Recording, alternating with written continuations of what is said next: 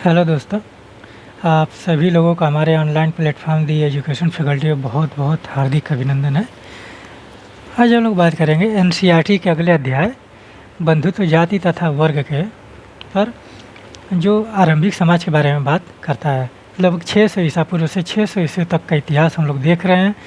ठीक है, और पीछे की कक्षाओं में आप देखेंगे कि बहुत सारी चीज़ें कंप्लीट हो चुकी हैं और 2 अध्याय लगभग में कंप्लीट हो चुके हैं और ये तीसरा अध्याय एनसीईआरटी का विषय 3 यहाँ पर हम लोग बात करेंगे।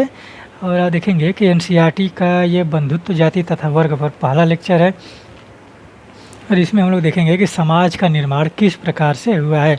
वैसे तो हम लोग समाज के बारे में बहुत सारी बातें कर चुके हैं, किस प्रकार से डेवलपमेंट हुआ था, किस प्रकार से विकास हुआ था। तो एनसीईआरटी के माध्यम से हम लोग एक विकास क्रम को देख रहे हैं, भारत में किस प्रकार से विकास हुआ। हम पाषाण काल से लेकर 6वीं शताब्दी ईसा पूर्व से 6वीं शताब्दी ईस्वी तक की घटनाओं को, हर एक घटना को बारीकी से देखा है और किस प्रकार से व्यापार हुआ था। और सबसे महत्वपूर्ण भूमिका जो व्यापार में निभाता है, समाज के विभाजन में निभाता है, वो कौन सी चीज़ होती हैं, उन सारी बातों पर हम लोगों ने बात किया है। ठीक है, आज हम लोग बात करने वाले हैं कि भारत में समाज, जो आरंभिक समाज है वो किस प्रकार से था, उसमें बंधुत्व जाति तथा वर्ग की भावनाएं किस प्रकार से विकसित थीं। ठीक है, इन सभी चीज़ों पर आज हम लोग बात करेंगे और उम्मीद करते हैं कि आप लोगों को यह लेक्चर पसंद आता होगा। और आप लोग जो लोग चैनल पर नए हैं वो लोग सब्सक्राइब कर ले, ज़्यादा से ज़्यादा सब्सक्राइब करें, और जो लोग पुराने हैं वो ज़्यादा से ज़्यादा शेयर करें, लाइक करें, कमेंट करें। ठीक है, और उन्हें पढ़ाई को सही दिशा निर्देशन और अच्छे तरीके से करें, तभी जाकर आप लोगों का जो पढ़ाई है वो सफल होगा। ठीक है, तो चलिए हम इसमें बात कर लेते हैं कि हम किस पुस्तक का अध्ययन कर रहे हैं और क्या चीज़ देख रहे हैं। इस पुस्तक का हम लोग देख रहे हैं, ये आप लोगों का विषय 3 लिखा हुआ है, बंधुत्व जाति तथा वर्ग आरंभिक समाज 600 ईसा पूर्व से 600 ईस्वी तक का। ठीक है, और फिर इसके बाद हम इस पुस्तक को एक बार ध्यान से देख लीजिए। कक्षा 12 की पुस्तक है भारतीय इतिहास। हमने पहले भारतीय इतिहास पढ़ना प्रारंभ किया है। जब भारत के इतिहास हम लोग पढ़ लेंगे तो फिर उसके बाद हम लोग कंटेम्परेरी वर्ल्ड यानी कि समकालीन विश्व का इतिहास भारत के संबंध में देखा जाएगा, 9th 10th का और 11th में जो पुस्तक चलती है। ठीक है, तो ये भारतीय इतिहास का भाग 1 है और इसमें आप देखेंगे कि कुछ अध्याय इतनी सारी बातें हम लोगों ने कर चुके हैं, इतनी सारी देखिए। और ये ही पुस्तक है कि इसमें जितने भी अध्याय हैं लगभग में आप देखेंगे कि 4 अध्याय हैं और हम लोग बंधुत्व जाति तथा वर्ग पर पहुंच गए हैं। इसके बाद ये पुस्तक ही ख़त्म हो जाएगी पूरी, पहली यानी कि एनसीईआरटी का भाग 1 हम लोग पूरा ख़त्म कर लेंगे। ठीक है, तो यहाँ पर इस चीज़ को ध्यान दीजिए कि ये देखिए कि क्या बात किया जा रहा है। ठीक है, तो अगर हम लोग अपने टॉपिक पर बात करें तो बंधुत्व जाति तथा वर्ग के बारे में बात किया जाए तो अब जानते हैं कि एनसीईआरटी हम लोगों को सिर्फ एक बेसिक नॉलेज देती है, जिससे हम लोगों का जो बेसिक नॉलेज है, जो प्रारंभिक ज्ञान है वो हम लोगों का कंप्लीट रहे, क्लियर रहे कि किसी पुस्तक को कैसे पढ़ा जाता है, किसी पुस्तक को कैसे समझा जाता है, वही एनसीईआरटी हम लोगों को सिखाती है। ठीक है, हमने एनसीईआरटी के माध्यम से आप लोगों को ना कोई फैक्ट दिया है, ना कोई आप लोगों के लिए कोई विषय को, मान के चलिए कि विषय तो प्रारंभ हो ही चुका है एक इनफैक्ट इसमें हम लोग कोई बात नहीं किए या किसी गवर्नमेंट जॉब को लेकर कोई बात नहीं किया गया है। इसमें हम सिर्फ आप लोगों को ये बता रहे हैं कि किसी किताब को कैसे पढ़ा जाता है और किसी किताब को पढ़ने का जो तरीका होता है वो किस प्रकार से होता है, समझने का तरीका किस प्रकार से होता है, वही एनसीईआरटी हम लोगों को सिखाती है। ठीक है, हमने पहली क्लास से लेकर अब तक की जितनी भी क्लासेज हो चुकी हैं, मान चलिए एनसीईआरटी की 10-11 क्लासेज हो चुकी हैं, तो उन सब में हमने भारत के प्रारंभिक इतिहास से लेकर पूरा अभी तक के चीज़ों को हम लोग ध्यानपूर्वक एकदम बारीकी से पढ़ा है। और आज हम लोग बात करने जा रहे हैं आरंभिक समाज के बारे में। ठीक है, तो हमने आप लोगों को बताया था कि पाषाण काल में किस तरह से मनुष्य रहते थे, फिर उसके बाद कालांतर में नव पाषाण काल में किस प्रकार से हुआ, फिर उसके बाद सिंधु घाटी सभ्यता में किस प्रकार से देखने को मिला, फिर उसके बाद आप देखेंगे कि वैदिक समाज में किस प्रकार से चीज़ें देखने को मिल रही थी। फिर उसके बाद हम लोग 6वीं शताब्दी ईसा पूर्व से जो नए आरंभिक राज्यों का उदय हुआ था उनके बारे में हम लोगों ने देखा। अब हम लोग बात कर रहे हैं कि राज्यों में जो निवासित जनसंख्या थी उनका समाज किस प्रकार से था। तो इसमें बताया गया है, आप देखेंगे कि ये इंट्रोडक्टरी चीज़ है, इंट्रोडक्शन है कि इस विषय में, इस अध्याय में हम लोग क्या क्या पढ़ना है हम लोगों को। और इसमें जो चीज़ें दी गई हैं आप देखेंगे कि पीछे से लेकर अभी तक की चीज़ें जो देखने को मिल रही थी वो बात किया जा रहा है कि किस प्रकार से भारत में राज्यों का विकास हुआ, महाजनपदों का विकास हुआ और किस प्रकार से महाजनपदों में मगध ने अपना वर्चस्व स्थापित किया। और उसमें सबसे बड़ी बात है किस प्रकार से ग्रंथ लिखे गए थे, फिर उसके बाद विद्वानों को किस प्रकार से मतभेद हुआ और विद्वान वहाँ पर किस प्रकार से चीज़ें देखने को मिल रही थी और क्या क्या समस्याएं उत्पन्न हो रही थी इतिहास लेखन में, और जो चीज़ें देखने को मिल रही थी समाज में वो कितनी कठिनाईपूर्ण और कितने एक उल्लेखनीय तरीके से देखने को मिल रही थी। स्थापत्य की चीज़ें, रहन सहन, फिर उसके बाद जो मनके बनाने कारखाने मिले, फिर जिस प्रकार से वहाँ पर हस्तशिल्प उद्योग मिले, जिस प्रकार समाज का विभाजन हुआ, फिर आप देखेंगे कि जिस प्रकार से समाज में धनाढ्य लोगों का विकास हुआ, जो मिडिल क्लास सोसाइटी है वो किस प्रकार से निकल कर आए, किस प्रकार से धनी व्यापारी बने थे, इन सभी बातों को इसमें समावेश करके बताया जा रहा है कि उनके आगे की जो चीज़ें हैं उसमें हम लोग बात करेंगे।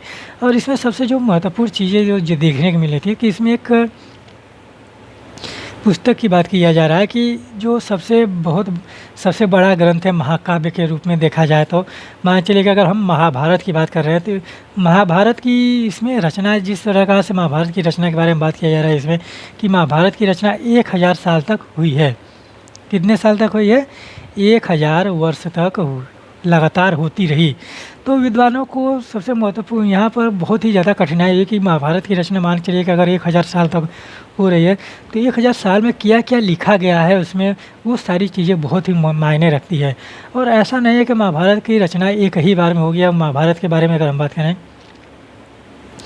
तो भारत में उत्तर भारत से लेकर दक्षिण भारत तक उसकी रचनाएं देखने को मिल रही थी। तो पांडुलिपियाँ देखने को मिल रही थी, तो उनसे जो चीज़ें देख मिली और उसको जिस तरह से संकलन किया गया उसमें विद्वानों को, ये वैज्ञानिकों को इतना कठिनाई महसूस हुई, कठिनाई महसूस हुई कि वहाँ पर वो उसको समझने के लिए बहुत ही ज़्यादा परेशान हुए थे। ठीक है, तो इस तरह से आप देखिए कि महाभारत की अगर बात करें तो महाभारत एक कहानी है कि मान चलिए कि महाभारत की रचना वेद व्यास ने किया था। और वेद व्यास जो है आप देखेंगे कि उनको कृष्ण द्वैपायन ने भी बोला जाता है। और वेद व्यास पराशर ऋषि के लड़के थे। ठीक है, किसके लड़के थे? पराशर ऋषि के। ठीक है, पराशर ऋषि के लड़के थे। ठीक है, पराशर ऋषि के लड़के थे वेद व्यास। ठीक है, और पराशर ऋषि जो थे, अब मान के चलिए कि वो प्राचीन काल में महाभारत में भी देखने को नाम मिलता है इनका। और ऐसा माना जाता है कि जब वेद व्यास वहाँ पर लिख रहे थे, ठीक है, हिमालय बैठ कर लिख रहे थे, महाभारत की रचना उन्होंने अपने दिमाग में गढ़ ली, एकदम पूरा बना लिया वेद व्यास ने। फिर उसके बाद उसको लिखने का प्रारंभ किया। और लिखने का जब समस्या उत्पन्न होता है तो आप देखेंगे कि वेद व्यास को तो उन्होंने महाभारत की रचना तो कर ली दिमाग में अपने, लेकिन लिखने की जब बात आई तो उनको कुछ समझ में नहीं आया था कि किससे लिखवाया जाए, ऐसे व्यक्ति से लिखवाया जाए कि एक बार बैठे तो फिर उठे नहीं। और उस तरह से उन्होंने, ऐसा मान्यता है कि सूर्य भगवान से वहाँ पर जो चीज़ें उनको आदेश मिला कि सूर्य भगवान ने उनको कहा कि आप जाइए गणेश भगवान के पास जाइए, उनसे कहिए लिखने के लिए। तो वो उस प्रकार से कार्य करते हैं। और वहाँ पर बहुत सारी शर्तें कहानियाँ देखने को मिलती हैं कि गणेश भगवान और फिर उसके बाद वेद व्यास के मध्य में कितने प्रकार के संवाद हुए, किस प्रकार से चीज़ें रचना की गई थी महाभारत की। तो एक बार सोच कर देखिए कि वेद व्यास ने हिमालय के गुफाओं में बैठकर अपने मन में महाभारत की कल्पना कर ली थी। ठीक है, तो इस तरह की चीज़ें जब देखने को मिलती है और कालांतर में जब 1000 साल तक महाभारत की रचना की गई तो इसमें पूरे वर्तमान समय में 1 लाख तक श्लोक हैं। कितने श्लोक हैं? 1 लाख श्लोक हैं। 1 लाख श्लोक। और इसको बोला जाता है कि सहस्त्राब्दी रचना। फिर इसके बाद महाभारत की रजमनामा के नाम पर मध्यकाल में फिर अनुवाद भी किया गया। ठीक है, और फिर इसके बाद आप देखेंगे कि जब महाभारत की रचना की जा रही थी तो महाभारत में जब वेद व्यास ने किस प्रकार से समाज का निर्माण किया है, ठीक है, किस प्रकार से कथानकों का निर्माण किया है, ये बहुत ही ज़्यादा उल्लेखनीय है। और महाभारत की जो रचना है आप देखेंगे कि कौरव और पांडवों के मध्य एक गृह युद्ध का विस्तृत वर्णन मिला है। ठीक, महाभारत में अगर हम अलौकिक चीज़ में जाएं, ठीक है।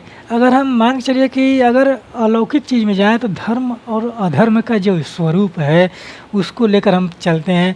लेकिन अगर वास्तविक रूप में अगर हम देखें, अगर वास्तविक जीवन के रूप में देखें तो वहाँ पर गृह युद्ध की बातें की गई हैं।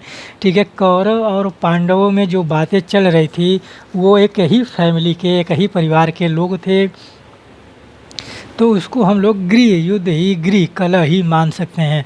अगर अलौकिक रूप में जाएँ तो वहाँ पर हम धर्म अधर्म का रूप मान सकते हैं।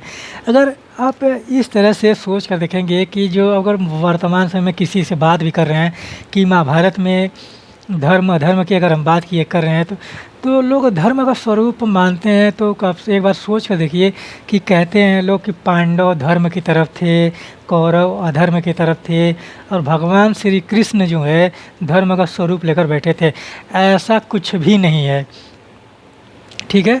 और वास्तविक सच्चाई अगर महाभारत की अगर आप जानना चाहते हैं तो वो महाभारत आप पढ़िए।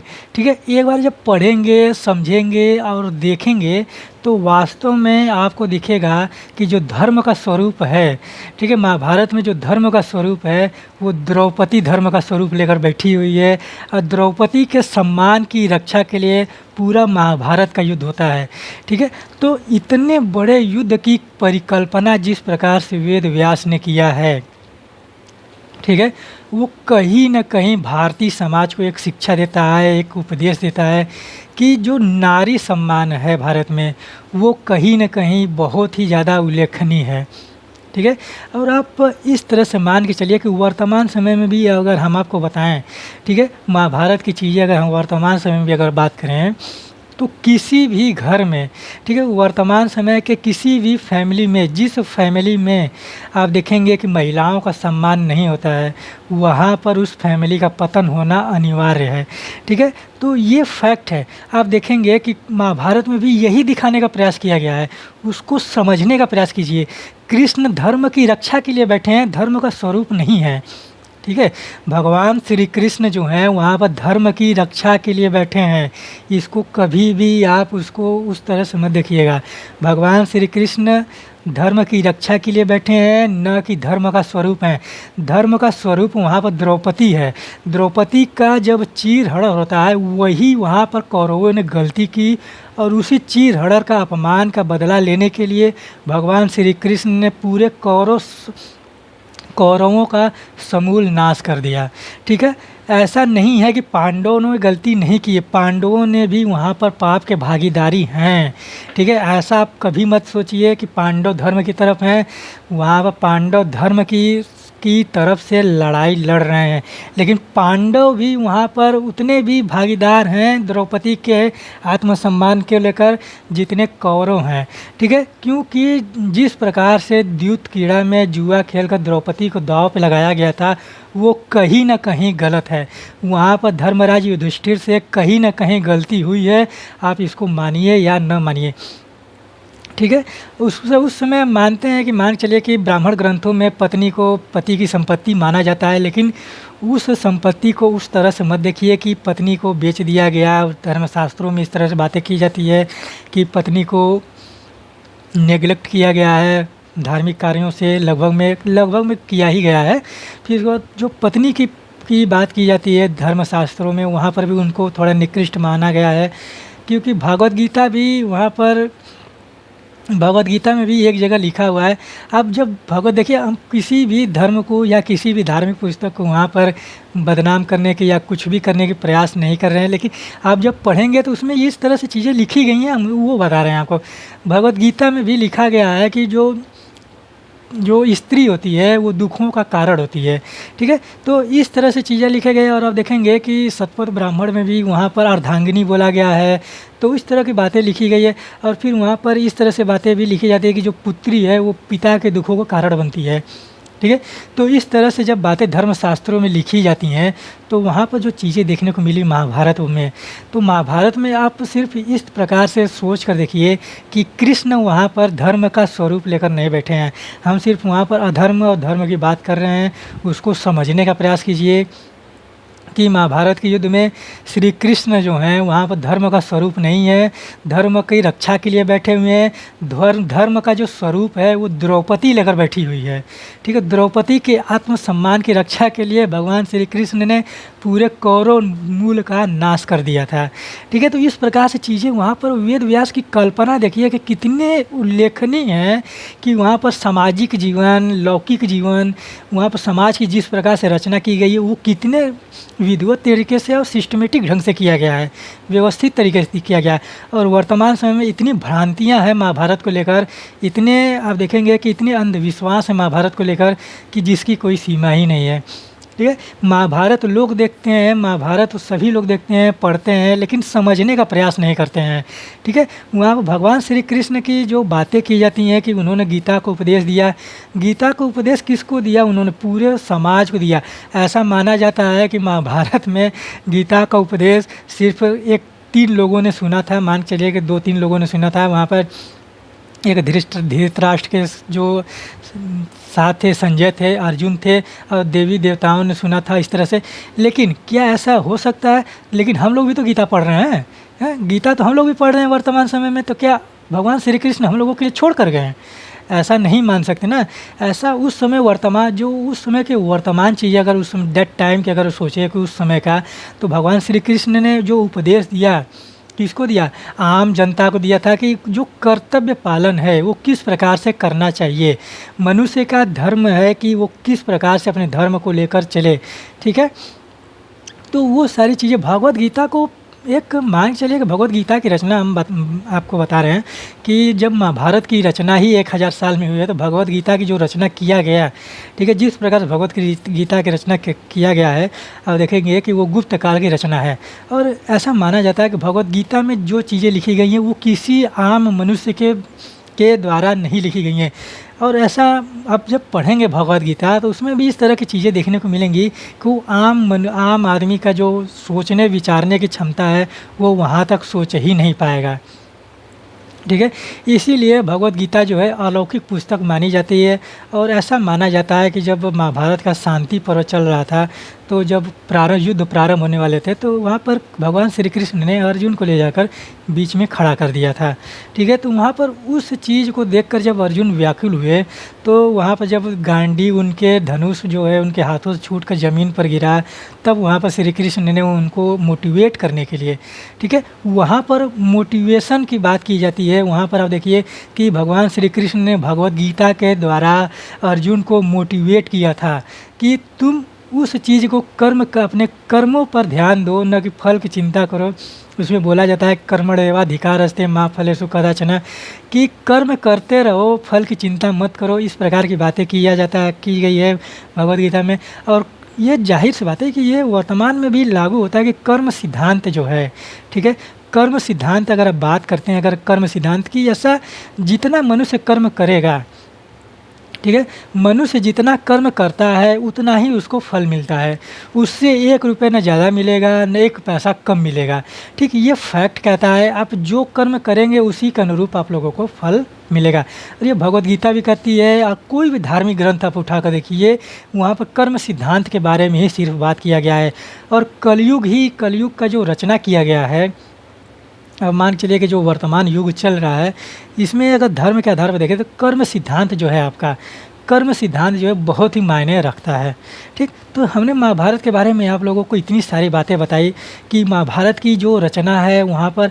और एक बात आप फैक्ट ये याद रखिए कि वर्तमान समय में भी ये 100% एकदम सही है कि जिस घर में महिलाओं का सम्मान नहीं होता है, वो उस घर का पतन अवश्यंभावी है। वहाँ पर पतन होना ही है, वहाँ के घर के लोग हमेशा परेशान रहेंगे। ठीक है, इतना आप मान के लिए, क्योंकि महाभारत का जिस प्रकार से युद्ध का वर्णन मिलता है, भगवद गीता में जिस प्रकार से चीज़ें मिलती हैं, वहाँ पर वो चीज़ आप समझने का प्रयास कीजिए कि किस प्रकार से वहाँ पर घटनाएं घटित हुई हैं। ठीक है, वहाँ पर सिर्फ नारी जाति के सम्मान के लिए यह महाभारत का युद्ध हुआ है। यहाँ पर धर्म की बात आप एक बार छोड़ कर देखिए, तो सिर्फ द्रौपदी का चीर-हरण जो हुआ था भरी सभा में, उसी के सम्मान की रक्षा के लिए भगवान श्री कृष्ण ने पूरे कौरव समूल नाश कर दिया। ठीक है, तो वहाँ पर भगवान श्री कृष्ण धर्म की रक्षा के लिए बैठे हैं, न कि धर्म का स्वरूप हैं। द्रौपदी वहाँ पर धर्म का स्वरूप है। और जितने पाप के भागीदारी कौरव हैं, उतने ही पाप के भागीदारी पांडव भी हैं। और इसीलिए आप देखेंगे कि महाभारत का जब युद्ध समाप्त होता है तो वहाँ पर पांडव जो हैं धरती मृत्यु लोक का वैभव सुख भोगने के लिए रहते हैं, न कि कौरव रहते हैं। ठीक है, तो मृत्यु लोक पर जो है वो अपने कर्मों को भोग रहा है, न कि वो अपना जीवन जी रहा है। ठीक, सबसे बड़ी बात तो यही है कि मृत्यु लोक में भी लोग खुश रहने का प्रयास करते हैं। कैसे पॉसिबल है? आप सोचिए कि जब नाम ही मृत्यु लोक है, यहाँ पर मरना अवश्यंभावी है, तो वहाँ पर आप उसको लेकर खुश कैसे हैं? ठीक है, आप अपना कर्म करते रहिए। वहाँ पर आप जब कर्म करते रहेंगे तो कर्मों के द्वारा जो आप लोगों को संतोष मिलेगा, जो संतुष्टि मिलेगी, वही आपका खुशी है। ठीक है, अन्यथा दुनिया में कोई भी खुश नहीं रह सकता। ठीक है, क्योंकि नाम ही इसका मृत्यु लोक है। ठीक है, तो जब मृत्यु लोक में आप रह रहे हैं तो वहाँ पर खुशी कहाँ से रहेगी? भगवत अब मान चले कि महात्मा बुद्ध ने कहा है कि मनुष्य अपने दुखों का कारण स्वयं होता है। आपको दुनिया का कोई भी मनुष्य जो है आपको बाहरी दुख नहीं पहुँचा सकता। ठीक है, इतना आप मान के चलिए कि आप अगर दुखी हैं तो अपने कर्मों के द्वारा हैं, न कि दूसरे के कर्मों के द्वारा हैं। अगर आप किसी से मान चलिए कि अगर आप एक उदाहरण ले लीजिए कि मान लीजिए कि आप खाना नहीं खा रहे हैं। ठीक है, अब मान लीजिए कि अपने मम्मी से नाराज़ हो गए, माता से नाराज़ हो गए, पिता से नाराज़ हो गए, आप खाना नहीं खा रहे हैं। अब नहीं खाना खाएंगे तो उसमें माता पिता का क्या जाने वाला है? भूख आपको लगेगी, खाना खाएंगे अपने पेट में खाएंगे, नहीं खाएंगे मत खाइए। ठीक है, तो दुख आपको होगा, उसमें माता पिता को दुख होने का कोई भी अवश्य भय नहीं है। और यहाँ पर एथिक्स की एक चीज़ काम करती है कि सिंपैथी। ठीक है, सिंपैथी सिर्फ एक आत्मसंतुष्टि के लिए दिया जाता है। सिंपैथी आपको मनोभावों को बहलाने के लिए दिया जाता है। ठीक है, तो उसको जब आपके विचार जो हैं, आपके जो मनोमानसिक जो चीज़ें हैं, जो मानसिकता है, वो अब जब बहलेगा तो आप लोगों को वो अच्छा चीज़ लगेगा। अच्छा लगेगा तो आप लोगों को आत्मसंतुष्टि मिलेगी। वहाँ पर कोई भी सुख काम नहीं कर रहा है। ठीक है, तो इस प्रकार का कॉन्सेप्ट अगर आप लेकर चलेंगे तो जो आप सिर्फ कर्म करते रहिए। अच्छे कर्म करेंगे तो आपको अच्छा फल मिलेगा, बुरे कर्म करेंगे तो बुरा फल मिलेगा। ठीक है, तो ये भगवत गीता का कर्म सिद्धांत कहता है। तो यहाँ पर आप इस तरह से सोच कर देखिए कि जितना भी आप कर्म करेंगे उससे ज़्यादा आप लोगों को 1 रुपया ना ज़्यादा मिलने वाला है, ना 1 रुपया कम मिलेगा। ठीक है, उसी के अनुरूप आप लोगों को फल भी मिलेगा। ठीक, तो यहाँ पर कर्म सिद्धांत की बातें हो गई, भगवत गीता की बातें हो गई, महाभारत की बातें होंगी। महाभारत के बारे में हम लोग बहुत सारी बातें कर ली। और यहाँ पर हमने जो बात बताई थी महाभारत के बारे में कि महाभारत में इस तरह से चीज़ें देखने को मिल रही थी, उसको आप लोग समझने का प्रयास कीजिए कि किस प्रकार से घटनाएं घटित हुई थी। ठीक, जब आप समझेंगे ना तो आप लोगों को वो समाज का रचना देखने को मिलेगा वहाँ पर कि जो महाभारत में वेद व्यास का एक सोचने समझने की क्षमता आप देखिए कि वेद व्यास ने हिमालय की तलहटी में गुफाओं में बैठकर महाभारत की रचना कर दी। ठीक है, और वेद व्यास लड़के थे पराशर ऋषि के, और वेद व्यास जो थे उनको कृष्ण द्वैपायन भी, वेदों का संकलन भी कहा जाता है। वेदों का संकलन करने के कारण उनको वेद व्यास बोला गया और उनका नाम जो है वास्तविक कृष्ण द्वैपायन है। उन्होंने हिमालय की तलहटी में बैठकर महाभारत की रचना की थी सिर्फ अपने दिमाग में। ठीक, ये सोचने वाली बात है कि एक मनुष्य जो है ये महाभारत की रचना का शुरुआत करता है कहाँ पर? गुफाओं में बैठकर। ठीक है, और उस रचना का जो रचना काल माना जाता है 1000 साल तक उसकी रचना हुई थी। महाभारत की 1000 साल तक रचना की गई और उसमें वर्तमान समय में 1 लाख श्लोक हैं। ठीक, आप सिर्फ महाभारत का जानते हैं आप एक चीज़ सोच कर देखिए कि भारत में जितने रामायण हैं, रामायण ग्रंथ हो गए, रामायण तो बहुत भाषा में लिखा गया है। तमिल में है, बंगाल में है, मराठी में है, तेलुगु में है, मलयालम में है, हिंदी में है, संस्कृत में है। ये सारे भाषाओं में रामायण की रचना किया गया है। और इन सभी जो भाषाएं हैं और इनमें जितनी भी रामायण की रचना की गई है, आप देखेंगे कि हर एक रामायण में कहीं ना कहीं डिफरेंस देखने को मिलता है। ठीक है, पूरा भारत में जितनी भी रामायण लिखी गई उसमें हर एक दिशा में, हर एक क्षेत्र में डिफरेंस देखने को मिलता है और यह फैक्ट है। और जब वाल्मीकि रामायण की बात की जाती है तो उसी को हम पूर्ण रूप से वाल्मीकि रामायण मानते हैं। और वाल्मीकि रामायण की जो रचना की गई थी, आप देखेंगे कि उनकी जो रचना है कंबन का जो तमिल में रामायण है वहाँ पर तमिल में डिफरेंस देखने को मिल गया। फिर उसके बाद तेलुगु में डिफरेंस देखने को मिल गया, मलयालम में डिफरेंस देखने को मिल गया, मराठी में हो गया, फिर उत्तर भारत में देखने को मिल गया, और जो बंगाली भाषा में जो लिखा गया था उसमें भी डिफरेंस देखने को मिला। कहीं ना कहीं कुछ ना कुछ डिफरेंस देखने को मिला था। और जो रामानंद सागर के द्वारा रामायण बनाया गया, सबको मिश्रित करके बनाया गया है। ठीक है, जब सबको मिश्रित करके बनाया गया रामानंद सागर के द्वारा कि इस प्रकार से रामायण बनाया गया है, तो वो रामायण जाकर परिपूर्ण रूप में देखने को मिला। और जो सबसे महत्वपूर्ण ग्रंथ है रामायण को लेकर का तुलसीदास की जो रचना है, देखेंगे कि मध्यकाल में जो तुलसीदास ने रचना किया था रामचरितमानस, ठीक है, सबसे ऐतिहासिक ग्रंथ है रामचरितमानस। और अगर तुलसीदास ने रामचरितमानस की रचना नहीं की होती तो भारत में आप देखेंगे कि जिस प्रकार से धर्म की चीज़ें देखने को मिली थी, वहाँ पर रामायण की चीज़ें भी देखने को नहीं मिलती वर्तमान समय में। जहाँ तुलसीदास ने वहाँ पर आप देखेंगे कि रामचरितमानस की रचना की, वही एक ऐतिहासिक ग्रंथ है कि जहाँ से धर्म का स्टार्ट हुआ भारत में। पुनः फिर से धर्म ने अपने आप को समाज में गढ़ बनाने का प्रयास किया जब तुलसीदास ने रामचरितमानस लिखी। नहीं तो आप मध्यकाल में देखिए जिस प्रकार से कबीरदास हुए, गुरु नानक हुए, रैदास हुए, रामानंद हुए, इन लोगों ने जिस प्रकार से समाज में क्रांति लाने का प्रयत्न किया था, उसमें कहीं ना कहीं तुलसीदास ने हिंदू धर्म को बचाने का प्रयास किया। ठीक है, जो हिंदू धर्म की बातें हैं, ब्राह्मण धर्म की बातें हैं, रामायण को लिखकर, रामचरितमानस को लिखकर, वहाँ पर तुलसीदास ने उसको एक सह प्रदान किया था। ठीक है, तो वहाँ से एक धर्म का स्वरूप अलग तरीके से देखने को मिल रहा था। ठीक, तो मध्यकाल में जब हम लोग पहुँचेंगे, मध्यकालीन भारत का जो आंदोलन हुआ था, भक्ति आंदोलन, उसको जब हम लोग देखा जाएगा तो उसमें इस सारी चीज़ें बातें की जाएंगी रामचरितमानस को लेकर। तो यहाँ पर आप देखिए कि जो वेद व्यास ने महाभारत की रचना किया था, उसमें वर्तमान समय में आप देखेंगे कि 1,00,000 श्लोक हैं और महाभारत की रचना जो है 1000 साल में पूरी हुई थी। तो इस तरह सोचिए कि प्रारंभ किसी और ने किया महाभारत की रचना करने के लिए, और लेकिन समाप्ति जो है वो किसी और ने किया था। ठीक, तो इस तरह से चीज़ें देखने को मिले। ये हम नहीं कह रहे हैं, आप इसको गलत ट्रैक पर मत ले जाइएगा कि हम किसी धर्म को बदनाम करने की कोशिश कर रहे हैं या किसी धर्म की आलोचना कर रहे हैं। ये एनसीईआरटी कहती है। ठीक है, एनसीईआरटी में इस प्रकार की चीज़ें लिखी गई हैं। एनसीईआरटी है, अगर हम लोग एनसीईआरटी की बात कर रहे हैं तो हम लोगों को न्यूट्रल होकर, धर्म को न्यूट्रल लेकर चलना पड़ेगा। ठीक है, क्योंकि हर धर्म में बुराइयां हैं, हर धर्म में अच्छाइयां हैं, और जिसको हम लोग बात करेंगे बुराई अच्छाई दोनों को लेकर चला जाएगा। और उसमें आप देखेंगे कि किस प्रकार से चीज़ें समाज में घटित हुई थी। ठीक है, तो अगर हम महाभारत की बात करें तो आप देखेंगे कि यहाँ पर महाभारत का समालोचनात्मक संस्करण लिखा हुआ है, तो इसको चलिए हम लिख देते हैं, फिर इसके बाद हम महाभारत पर और भी चीज़ें बात करते हैं। ठीक है, समालोचनात्मक संस्करण। ठीक है, चलिए बात करते हैं कि महाभारत का समालोचनात्मक संस्करण। ठीक है, तो अगर हम समालोचनात्मक बात करें तो इस तरह देखिए कि इसमें आलोचना भी हम लोग करेंगे कि जिस प्रकार से चीज़ें देखने को मिली थी। एक बार ये सोच कर देखिए कि महाभारत के बारे में अगर हम आप लोगों को बता देते हैं कुछ चीज़ें, आप लोग महाभारत के रूप में फैक्ट आप लिख लीजिए। ठीक है, पहला फैक्ट है कि महाभारत की रचना, ठीक है,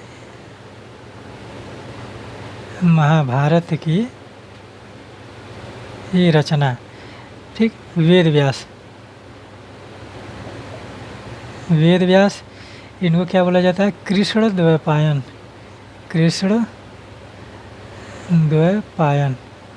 ठीक, इस तरह से। फिर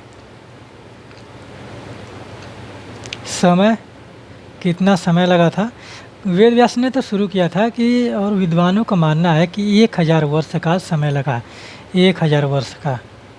फिर इसके बाद कितने श्लोक हैं, श्लोक लगभग में 1,00,000 श्लोक हैं, 1,00,000 श्लोक।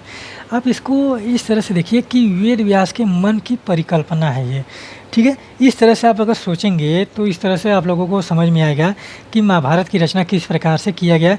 और यहाँ पर ये बहुत ही ज़्यादा उल्लेखनीय है कि वेद व्यास के जो मन की उपज है, और मान चलिए कि उपज ही ये है, तो जिस तरह से एनसीईआरटी बात करती है, विद्वान जिस प्रकार से बात करते हैं कि महाभारत की जो रचना के बारे में कि वेद व्यास ने बैठकर उसको अपने मन में गढ़ लिया, मान के चलिए कि वो घटनाएँ समाज में घटित हुई थीं, तो वहाँ पर उन्होंने किस प्रकार से उसको पूरा परिकल्पना किया। और वहाँ पर जब महाभारत को लिखना प्रारंभ हुआ, महाभारत की जब रचना प्रारंभ हुई, तो वो उन्होंने किस प्रकार से समाज की रचना की, किस प्रकार से समाज में वर्ग बनाए, और किस प्रकार से उन्होंने, आप देखेंगे कि राजा हो गए, रानी हो गए, किस प्रकार से कथानक और घटनाओं को वहाँ पर वर्णन किया गया है। और यहाँ पर एक चीज़ आप देखिए कि ये महाभारत का एक दृश्य है।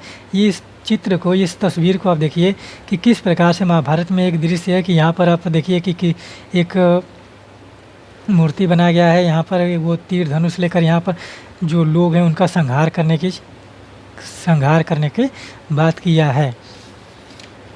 ठीक। और इस तरह से आप देखेंगे कि जो महाभारत की रचना है 500 ईसा पूर्व में प्रारंभ हुआ था। 500 ईसा पूर्व में प्रारंभ हुआ, और मान के चलिए कि अगर 1000 साल की बात करें तो 500 ईस्वी तक ये चला। ठीक है, 500 ईस्वी। और 5वीं शताब्दी की अगर हम बात करें तो 5वीं शताब्दी में कौन है? 5वीं शताब्दी में आपके गुप्त काल है, और वहीं पर आप देखेंगे कि भागवत गीता का निर्माण हुआ गुप्त काल में ही। और जिस तरह से विद्वान मानते हैं कि मान के चलिए कि यहाँ पर आप देखिए कि 1919 में पहली बार, ठीक है, 1919 में पहली बार आप देखेंगे कि संस्कृत के विद्वान वी.एस. सुकथांकर, ठीक है, उनका नाम है वी.एस.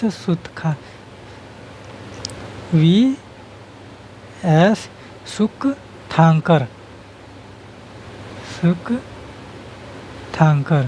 ठीक। तो वी.एस. सुकथांकर ने को एक नेतृत्व दिया गया कि आप इस महाभारत की जो रचना है, पांडुलिपियाँ हैं, उनको एकत्रित कीजिए और एक ऐसे ग्रंथ का निर्माण कीजिए कि जिसमें वो सारी चीज़ें मिले जो महाभारत में लिखी गई हैं। तो पूरे भारतवर्ष से आप देखेंगे कि पूरे भारतवर्ष से महाभारत से संबंधित पांडुलिपियों को इकट्ठा करने का प्रयास किया गया। और जब इकट्ठा किया गया 1919 की बात है, और जब देखेंगे कि यहाँ पर एनसीईआरटी लिख रही है कि इस परियोजना पर काम करने वाले विद्वानों ने सभी पांडुलिपियों में पाए जाने वाले श्लोकों की तुलना एक तरीका ढूंढ निकाला। ठीक है, कुल जब पूरे भारत से इन लोगों ने पांडुलिपियाँ पूर्वी भारत से, पश्चिमी भारत से, उत्तरी भारत से, दक्षिणी भारत से, क्योंकि जब आप देखेंगे कि दक्षिण भारत में जो चेर राजवंश है, चेर राजवंशों का उल्लेख महाभारत में देखने को मिलता है।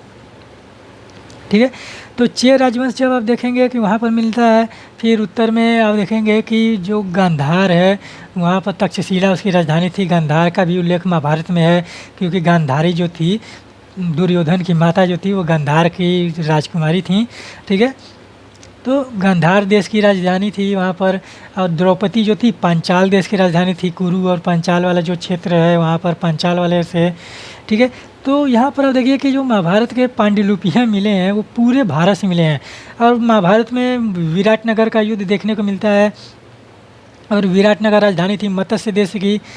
16 महाजनपद हम लोगों ने आप लोगों को बताया ना, तो 16 महाजनपद में गांधार की राजधानी क्या थी? तक्षशिला थी। कुरु, आप देखेंगे कि कुरु की राजधानी इंद्रप्रस्थ थी। पांचाल, मान के चलिए कि पांचाल और अहिच्छत्र की, पांचाल देश की राजधानी अहिच्छत्र और कांपिल्य थी। ठीक है, फिर उसके बाद मत्स्य देश की राजधानी विराटनगर थी, और महाभारत में विराटनगर का युद्ध मिलता है।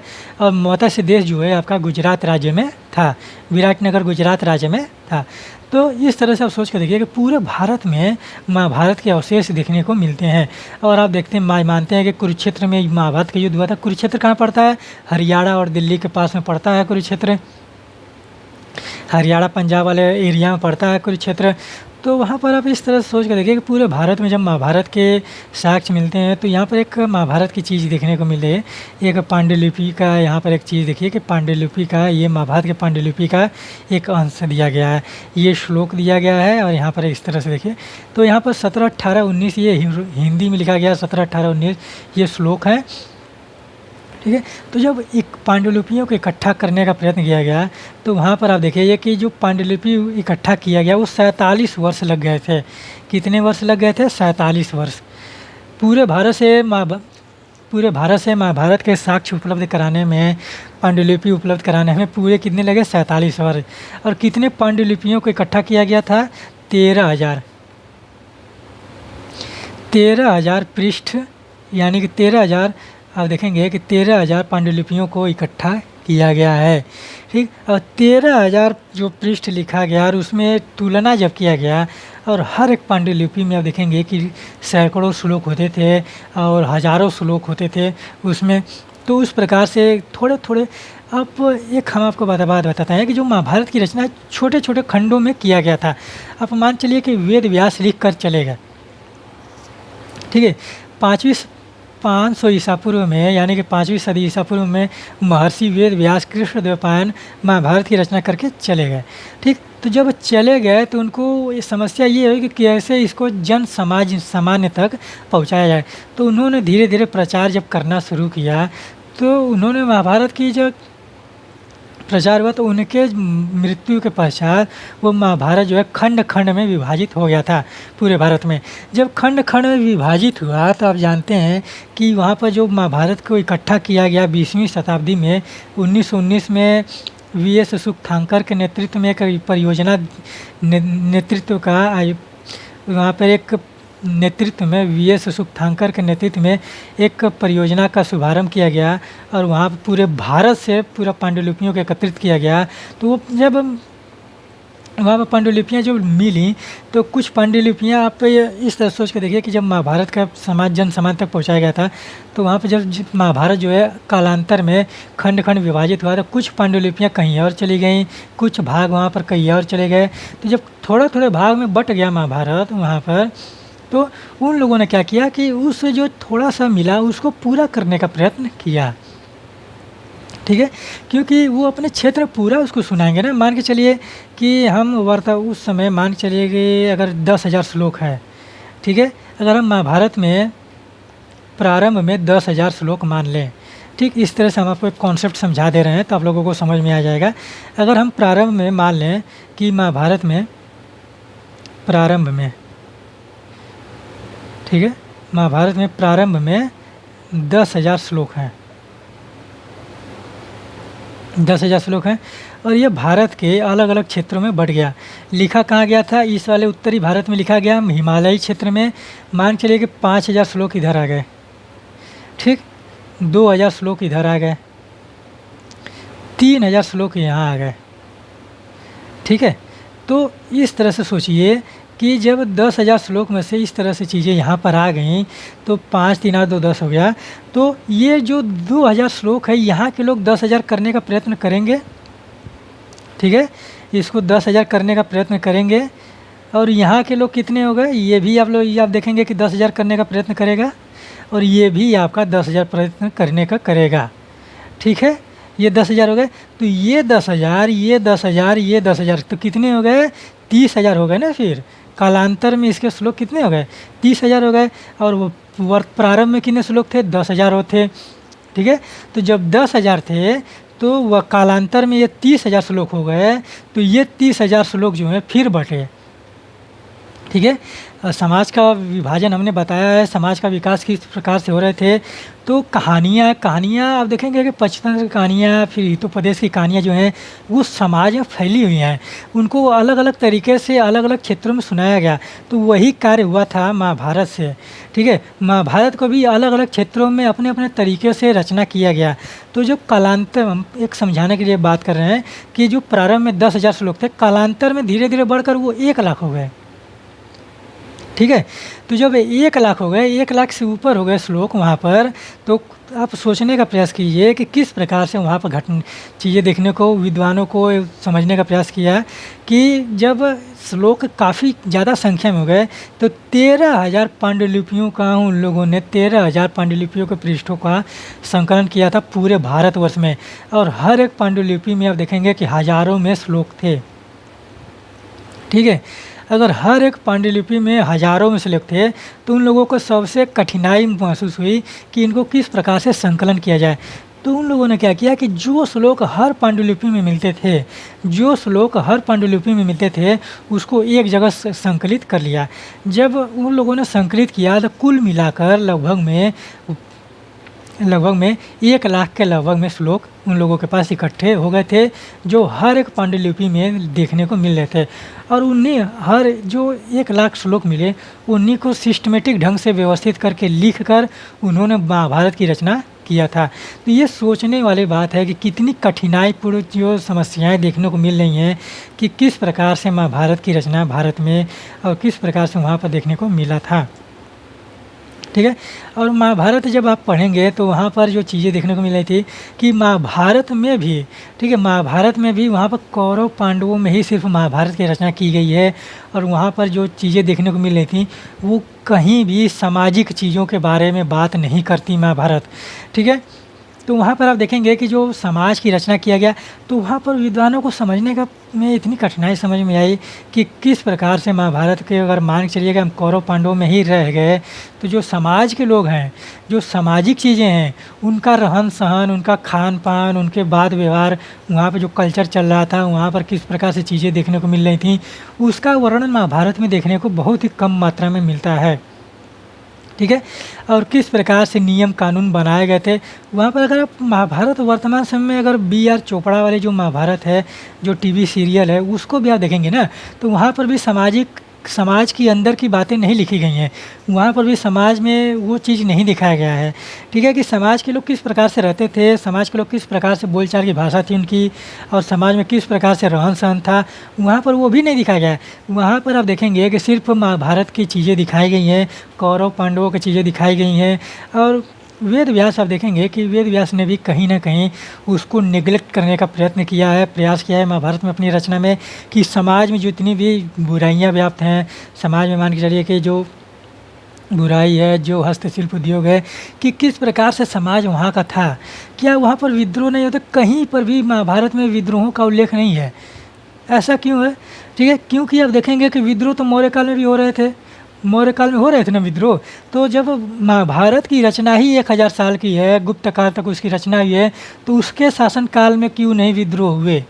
ठीक, ये सोचने वाली बात हो जाती है। ये सारी चीज़ें सोचने वाली, इतने बड़े मान के लिए अगर भरत के नाम पर दुष्यंत पुत्र भरत, दुष्यंत और शकुंतला के पुत्र भरत के नाम पर भारत देश पड़ा, अखंड भारत पड़ा। तो अगर भारत देश उनके नाम पर पड़ा तो उतने बड़े साम्राज्य में कहीं पर भी महाभारत में विद्रोह का उल्लेख नहीं है। ठीक है, कि इनके शासनकाल में, मान चलिए शांतनु के शासनकाल में, धृतराष्ट्र के शासनकाल में, पांडु के शासनकाल में, चाहे युधिष्ठिर के शासनकाल में, तो वहाँ पर कहीं पर भी विद्रोह का उल्लेख देखने को नहीं मिलता है। ऐसा आप मान सकते हैं कि क्या समाज वहाँ पर एक संतुलित समाज था? ठीक है, क्योंकि ये बहुत ही ज़्यादा समस्या पैदा करते हैं कि किसी जो धार्मिक ग्रंथ हैं क्या वो सही तरीके से हम लोगों को ज्ञान देते हैं। और आप मान चलिए कि जो धार्मिक ग्रंथ हैं भारत में वो एक उपदेश की तरह हैं। ठीक है, आप उसको सामाजिक चीज़ को लेकर आप उसको जज नहीं कर पाएंगे, क्योंकि वहाँ पर वो चीज़ लिखी ही नहीं गई हैं। ठीक है, तो वहाँ पर आप इस तरह से सोचिए कि मान चलिए कि अगर हम कहीं महाभारत में ढूंढने जाएं कि समाज के जो शोषित वर्ग है वहाँ पर वो किस प्रकार से खाना खा रहे थे, किस प्रकार से उनका रहन सहन था, क्या ये चीज़ महाभारत में देखने को मिल रहा है? नहीं मिल रहा है। वहाँ पर किस प्रकार से जो व्यापारी वर्ग है वो किस प्रकार से व्यापार कर रहे हैं, किस प्रकार से उनका रहन सहन है, किस प्रकार से वस्त्र पहन रहे हैं, उनके जो जीवनचर्या है उसके बारे में नहीं जानकारी मिल रहा है। अगर हम धनाढ़ व्यापारी के बारे में बात करें, उनके बारे में भी जीवनचर्या के बारे में जानकारी नहीं मिल रही है। वहाँ पर जानकारी किसकी मिल रही है? कौरव क्या कर रहे हैं, पांडव क्या कर रहे हैं, उनके बीच में जो मतभेद हैं वो देखने को मिल रहा है, उनके बीच में जो लड़ाइयाँ लड़ी गई वो देखने को मिल रहा है। लेकिन समाज में जो गहराई है वो चीज़ देखने को नहीं मिल रहा है, क्योंकि समाज में ऐसा नहीं है कि किसी भी शासक का समाज, अगर आप पूरा भारत का इतिहास उठाकर देखिए, प्राचीन काल से आधुनिक काल तक देखिए कि इतने विद्रोहों का चर्चा किया गया है और महाभारत रामायण में कहीं भी विद्रोह नहीं देखने को मिल रहे हैं। ऐसा पॉसिबल हो सकता है? अगर हो सकता है तो इतने शांति प्रिय जनता वहाँ पर अगर देखने को मिल रही है, तो रामायण में आप देखेंगे कि सीता मैया को लेकर इस तरह की चीज़ें क्यों देखने को मिल रही हैं? ये भी सोचने वाली बात आ जाती है कि जब जनता वहाँ पर इस तरह से निर्णय ले सकती है तो विद्रोह भी तो कर सकती है। ठीक है, इस प्रकार की चीज़ें देखने को मिले। महाभारत में भी इस प्रकार की चीज़ें देखने को मिले कि जनता सभाओं में भी भाग ले रही हैं। तो जब वो भाग लेने का अधिकार है, टैक्स देने का अधिकार है, कर देने का अधिकार है, तो क्या वहाँ पर उनके मन में अपने अधिकारों के बारे में चिंता उत्पन्न नहीं हुई होगी? हुई होगी। ठीक है, तो उनको उस चीज़ को वहाँ पर नेग्लेक्ट किया गया है धार्मिक ग्रंथों में। ऐसा क्यों किया गया है, आप इसको एक बार सोच कर देखिए। और ये चीज़ें विद्वानों में आज भी मतभेद बना हुआ है, क्या इस प्रकार की चीज़ें हो रही थी या नहीं हो रही थी। ठीक है, तो इन सभी चीज़ों में हमने आपको बताया कि महाभारत की रचना जो है 1000 साल में हुआ है, वेद व्यास ने शुरू किया था। और महाभारत का जो समालोचनात्मक संस्करण तैयार किया गया था 1919 में वी.एस. सुकथांकर के नेतृत्व में एक परियोजना का गठन किया गया और पूरे भारत से पांडुलिपियों को एकत्रित किया गया था। हमने भी बताया कि पांडुलिपियाँ कैसे बिखर गई थीं, और वहाँ पर आप देखेंगे कि जो पांडुलिपियों में जितने भी श्लोक मिलते हैं, अगर हर पांडुलिपि में एक ही श्लोक मिला, उसको एक जगह एकत्रित किया गया। और वर्तमान समय में देखेंगे कि महाभारत में 1 लाख तक के श्लोक हैं। सहस्त्राब्दी श्लोक इसको बोला जाता है, जय संहिता बोला जाता है, धर्म का अधर्म पर विजय बोला जाता है।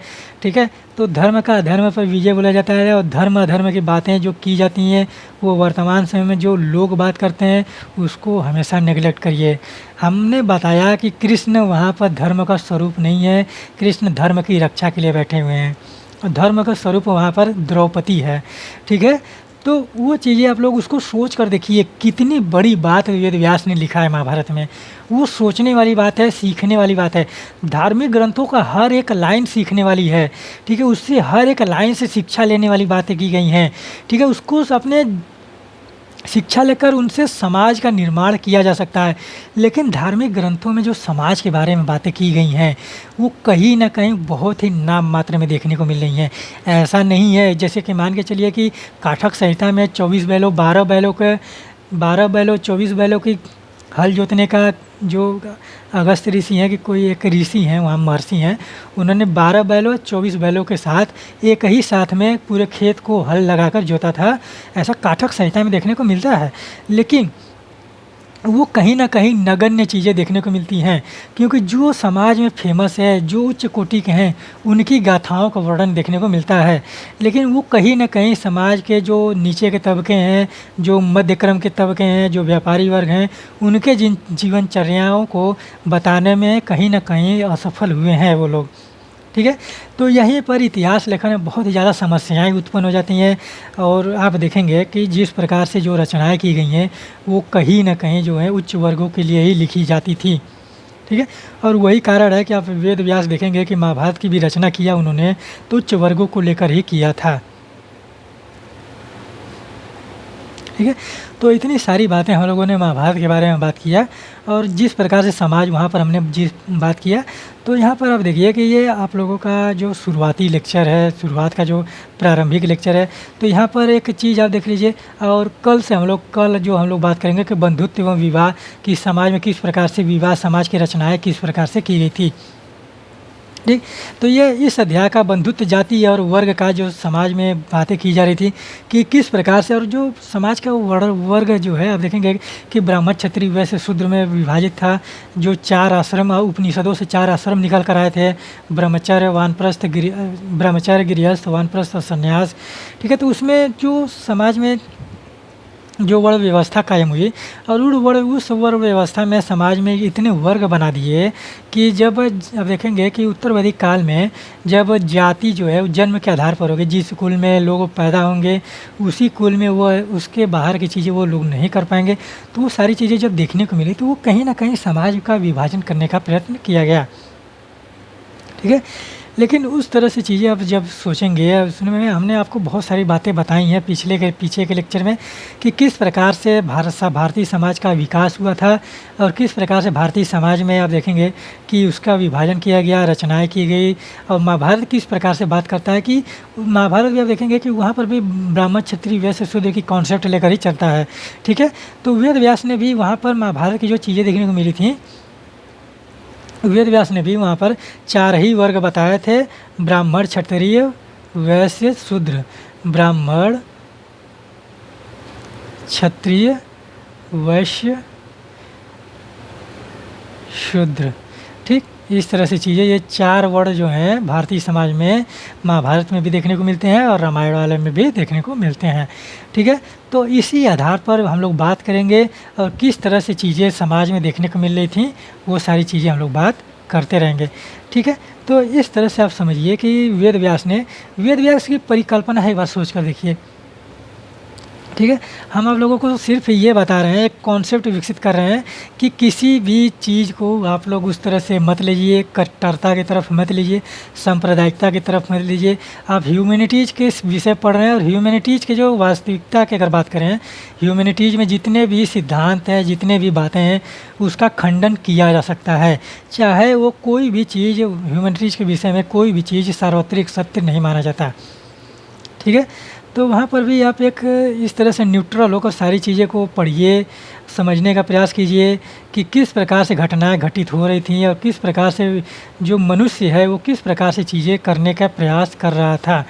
ठीक है, और जिस प्रकार से आप देखेंगे कि महाभारत की रचना की गई थी, वेद व्यास ने रचना किया, वो कहीं न कहीं समाज में उल्लेखनीय है। उस तरह की परिकल्पना कर पाना, उस तरह की चीज़ें लिख पाना, वो कहीं न कहीं वो बहुत ही ज़्यादा उल्लेखनीय है। ठीक है, बहुत ही ज़्यादा मायने रखती है कि एक इंसान इस तरह की चीज़ें कर सकता है। एक इंसान वर्तमान समय में अगर कोई उस प्रकार की चीज़ें करके दिखाए, अगर उसके पास अगर उतने सोचने समझने की क्षमता है, तो इस तरह का ग्रंथ लिख कर दिखाए, एक वो नहीं लिख पाएगा। आप इस तरह से देखिए कि कोई भी धार्मिक ग्रंथ आप उठा के देखिए, जिस प्रकार से उसमें बातें की गई हैं, हर धर्म के ग्रंथ का एक ही सार है। ठीक है, एक ही निचोड़ है। आप जब पढ़ेंगे कोई भी धर्म ग्रंथ पढ़िए, चाहे बाइबिल पढ़िए, चाहे भागवत गीता पढ़िए, धार्मिक ग्रंथ, हिंदू धर्म में तो बहुत सारे धार्मिक ग्रंथ हैं। ठीक है, लेकिन हम भागवत गीता को एक मूल ग्रंथ मानते हैं, तो भागवत गीता पढ़िए, फिर कुरान पढ़िए। ठीक है, तो जितने भी धार्मिक ग्रंथ पढ़ेंगे सबका निचोड़ एक ही तरफ जाएगा कि किस तरह से जरा मरण मृत्यु लोक को छोड़कर मोक्ष की प्राप्ति किया जाए। दार्शनिकता की जो चीज़ें देखने को मिल रही थी, दार्शनिकता की जो चीज़ें हैं, वही आपका फ़िलॉसफी मान के चलिए कि जो फ़िलॉसफी है वही आपका वास्तविक धर्म का स्वरूप लेकर बैठा हुआ है। ठीक है, तो अगर वर्तमान समय में अगर धर्म का अगर स्वरूप की बात करें तो 3 चीज़ आप लोग याद रख लीजिए। वर्तमान में धर्म का स्वरूप जो है, वर्तमान में धर्म का स्वरूप, ठीक है, धर्म रिलीजन पर हम लोग बात करेंगे धीरे धीरे आगे, इसी में प्राचीन काल का। ठीक है, उसमें बात करेंगे तो हम आपको एक धर्म का एक कॉन्सेप्ट समझाएंगे। आप लोगों को एकदम अगर समझ में आ जाएगा तो बहुत अच्छी बात है। ठीक है, अगर वर्तमान समय में अगर हम धर्म के स्वरूप के बारे में बात करें तो क्या होता है, धर्म ग्रंथ, धर्म स्थल, धर्म ग्रंथ, धर्म स्थल, फिर उसके बाद धर्म गुरु। ठीक है, वर्तमान समय में जो धर्म है, यही 3 आधार पर हम लोग जान पाते हैं कि हम किस धर्म के हैं। लेकिन प्राचीन काल में ऐसा नहीं था कि हमारा धर्म कौन सा है, उसमें वहाँ पर बहुत सारे धर्म नहीं थे। लेकिन जो एक पार्टिकुलर धर्म का अगर वहाँ पर परिभाषा अगर हम देखें तो वहाँ पर जो धर्म की परिभाषा है कि जो आप जिस तरह से जिसकी उपासना करने लगे वही आप लोगों का धर्म हो जाएगा। ठीक है, तो धर्म की परिभाषा एग्जैक्ट रूप में परिभाषित उसको नहीं किया जा सकता। कोई भी विद्वान धर्म की परिभाषा एक एग्जैक्ट रूप में वहीं पर कोई भी परिभाषित नहीं किया जाता था। हर एक समय के साथ साथ धर्म की परिभाषा जो है बदलती हुई नज़र आएगी। ठीक है, और वर्तमान समय में जो धर्म की परिभाषा जिस तरह से हम धर्म का स्वरूप मानते हैं, वो धर्म ग्रंथ, धर्म स्थल, धर्म गुरु, 3 चीज़ों से ही धर्म की चीज़ें देखने को मिलती हैं। इसके अलावा और कोई भी चीज़ नहीं है जो धर्म को प्रदर्शित करे। अगर पहनावे की बात करें, पहनावे की, खान पान की, वो धर्म का स्वरूप नहीं, वो आपका कल्चर है भैया, उसको आप धर्म में मत लेकर जाइए। ठीक है, क्योंकि मांस हिंदू धर्म के भी खाते हैं, मुस्लिम धर्म के भी खाते हैं और ईसाई धर्म के भी मांस खाते हैं, तो क्या एक ही धर्म के हो गए? ऐसा नहीं है। ठीक है, और जहाँ तक मदिरा पीने की बात करें, शराब पीने की बात करें, वो हिंदू धर्म में पीता है, मुस्लिम भी पीते हैं और ईसाई भी पीते हैं, तो वो तीनों एक धर्म तो हुए नहीं। तो जो धर्म का स्वरूप है, अब जो पहनावा हो गया, जो आपके विचार हो गए, जो आप लोगों के खान पान हो गए, वो धर्म का स्वरूप नहीं है, वो आप लोगों का सभ्यता, कल्चर है, संस्कृति है। ठीक है, धर्म और संस्कृति सभ्यता में बहुत ही ज़्यादा डिफरेंट है। इसको एक मानने का प्रयत्न कभी भी मत करिएगा। इस पर भी हम आपको कॉन्सेप्ट समझाएंगे, आगे चलकर आगे हम लोग पढ़ेंगे। तो सभ्यता, संस्कृति, धर्म, ये सारी चीज़ें हम लोग देखेंगे, इसको समझने का प्रयास किया जाएगा। ठीक है, और वर्तमान समय जो धर्म है, आप लोगों को यही 3 चीज़ों से देखने को मिलेगा: धर्म स्थल, धर्म ग्रंथ, धर्म गुरु। ठीक है, इसके अलावा और कोई भी चीज़ जो नहीं है वर्तमान समय जो धर्म को प्रदर्शित करे। ठीक है, तो उम्मीद करते हैं कि आप लोगों को यह लेक्चर पसंद आएगा, और जो लोग नए हैं वो लोग चैनल को सब्सक्राइब कर ले, जल्द से जल्द सब्सक्राइब कर ले, और जो लोग पुराने हैं वो ज़्यादा से ज़्यादा शेयर करें, लाइक करें, कमेंट करें, जिससे हम लोग मोटिवेट होकर और भी चीज़ें लेकर आएँ, और हमेशा की तरह शानदार तरीके से एक कॉन्सेप्ट लेकर आएंगे। और एनसीईआरटी पढ़ने का सिर्फ यही मतलब है कि आप लोगों का जो बेसिक नॉलेज है, जो समझने, सोचने समझने की क्षमता है, उसका विकास हो जाए। ठीक है, ये एनसीईआर आज हम लोग बात की है कि जो महाभारत के बारे में बहुत सारी बातें की। वैसे बात करने के लिए बहुत सारी चीज़ें हैं महाभारत में, तो अगर हम महाभारत के बारे में बात करेंगे तो बहुत ही ज़्यादा टाइम लगेगा, और उसमें जो लेक्चर हो जाता है बहुत ही ज़्यादा बड़ा हो जाएगा। तो उसके जैसे हम आपको कॉन्सेप्ट तो समझा ही दिए कि महाभारत में किस प्रकार की चीज़ें हैं, अब उसको सोचने समझने की बातें हैं कि आप सोचिए कि क्या ऐसी घटनाएँ घटित हो सकती हैं। ठीक है, तो उम्मीद करते हैं कि आप लोगों को यह लेक्चर पसंद आएगा, और आशा करते हैं कि आप लोग स्वस्थ होंगे, अपने पढ़ाई को सही दिशा निर्देशन अच्छे तरीके से करिए, और अपने माता पिता और अपने घर वालों का ख्याल अच्छे से रखिए। ठीक है, तो मिलते हैं अगले लेक्चर में, कल मिलते हैं नेक्स्ट लेक्चर में, अपने इसी तरह शानदार लेक्चर कर एनसीईआरटी को। तब तक के लिए धन्यवाद।